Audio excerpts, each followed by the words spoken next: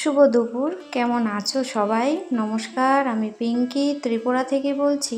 আমার আরও একটি নতুন ভিডিওতে সকলকে জানাই অনেক অনেক স্বাগত।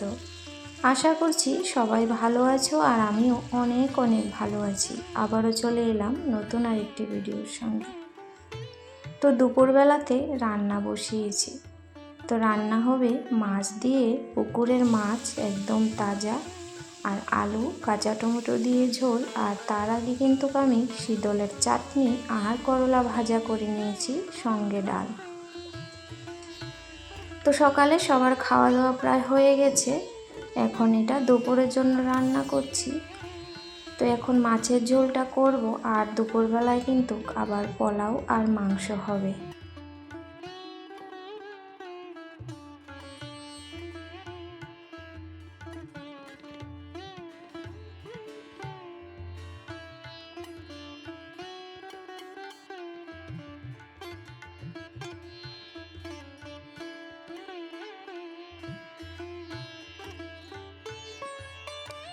তো দুপুর থেকে পরদিন সকাল, তার পরের দিন দুপুর পর্যন্ত সমস্ত কাজ কিন্তু স্টেপ বাই স্টেপ কী করেছি বুদ্ধি খাটিয়ে সমস্ত কিছুই শেয়ার করব।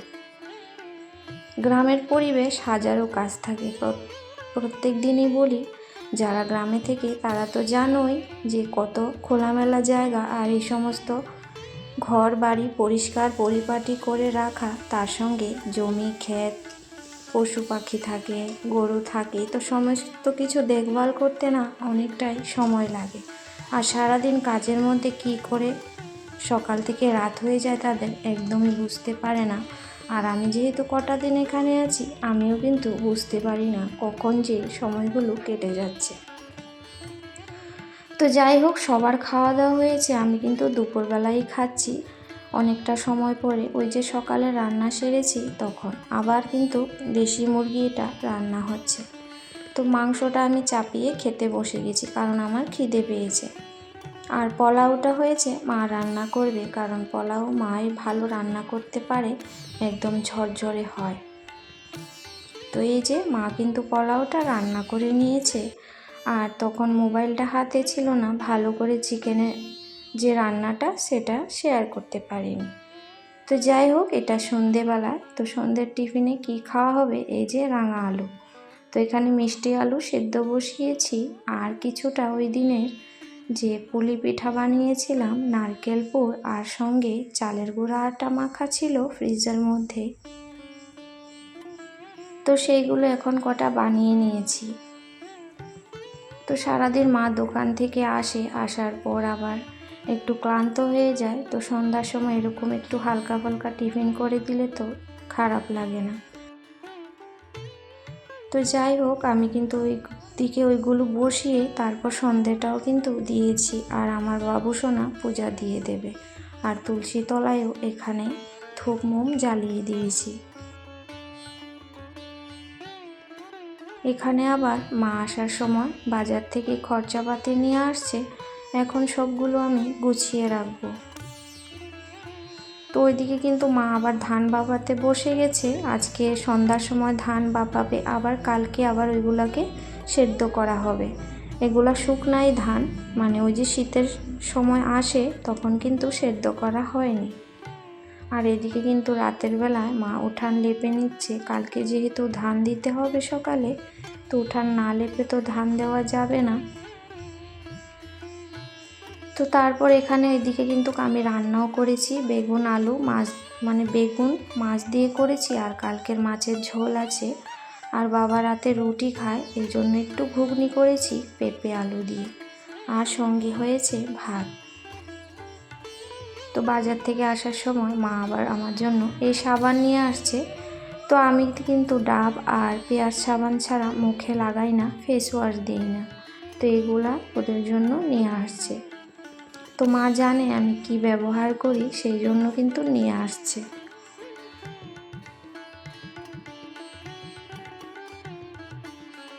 তো শুভ সকাল, এটা হয়েছে পরদিন রাতের বেলায়। তো আর কিছু শেয়ার করিনি, স্নান করে খাওয়া দাওয়া করেছি, আমরা লুডো খেলেছি, তারপর কিন্তু ঘুমিয়ে পড়েছিলাম। আর এই যে ঘুম থেকে উঠেই বিছানা গুছিয়ে ঘরদোর ঝাড়ু দিয়ে এখন ঘরগুলা মুছে নিচ্ছি। তো কাজ তো ঘুম থেকে উঠেই শুরু হয়ে যায়, আর সারাদিন চলতেই থাকে টুকিটাকি। তার মাঝখানে রেস্টও করি দুপুরে একটুখানি, যেমন ভিডিও চালিয়ে রাখছি তোমাদের, একের পর এক চালিয়ে রাখি ভিডিও। সেরকম বসে বসে আমি কোনো সময় দেখতে পারি না। তো যাই হোক, তারপর ভিডিও এডিট করতে হয় নিজেরটাও। তো এখানে কিন্তু সমস্ত আমি ঘর বারান্দা মুছে নিয়েছি।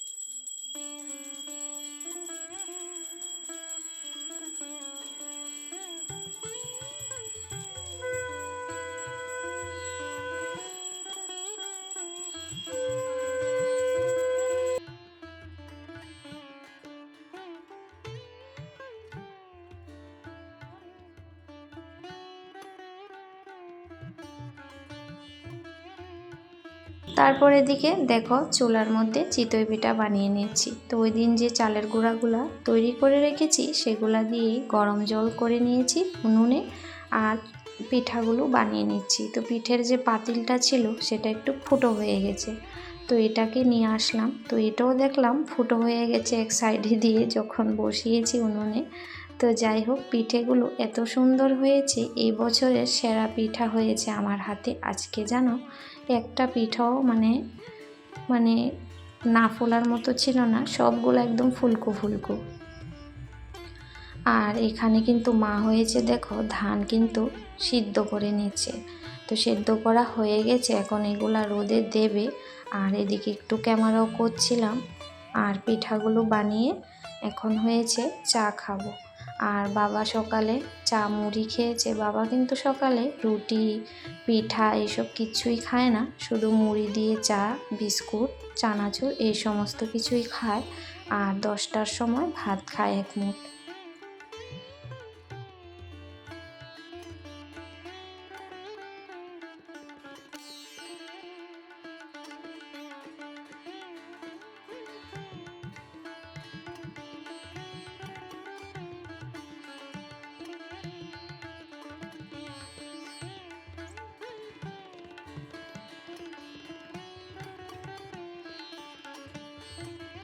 আর পিঠাগুলো এত সুন্দর হয়েছে কি বলবো, তোমরাই দেখে নাও, একটুও কালি দাগ লাগেনি নিচে।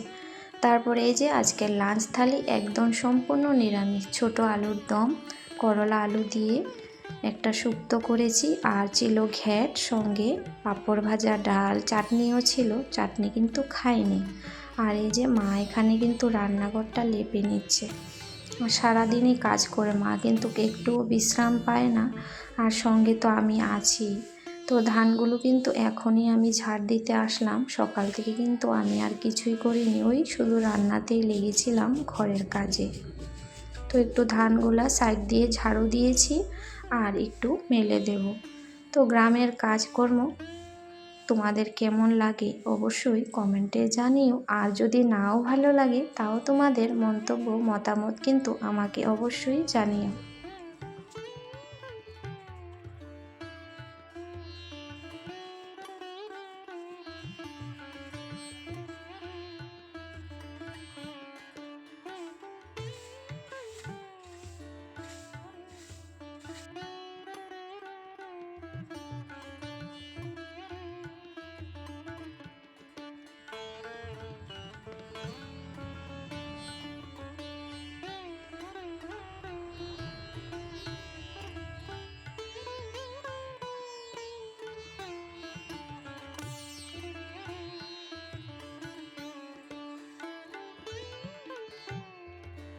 তো আমাদের বাবার বাড়িতে কে কে আছে জানতে চেয়েছিলে আমার সুমির ব্লগ থেকে বন্ধুটা।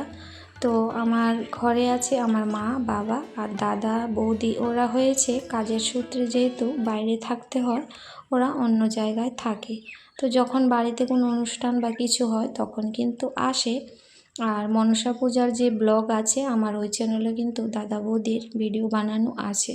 তো সচরাচর আসা হয় না, যখন আসে তখন কিন্তু অনুষ্ঠান বা কিছুর মধ্যেই আসে। তো যাই হোক, আজকের ভিডিওটি এখানে শেষ করব। সবাই ভালো থেকো, সুস্থ থেকো।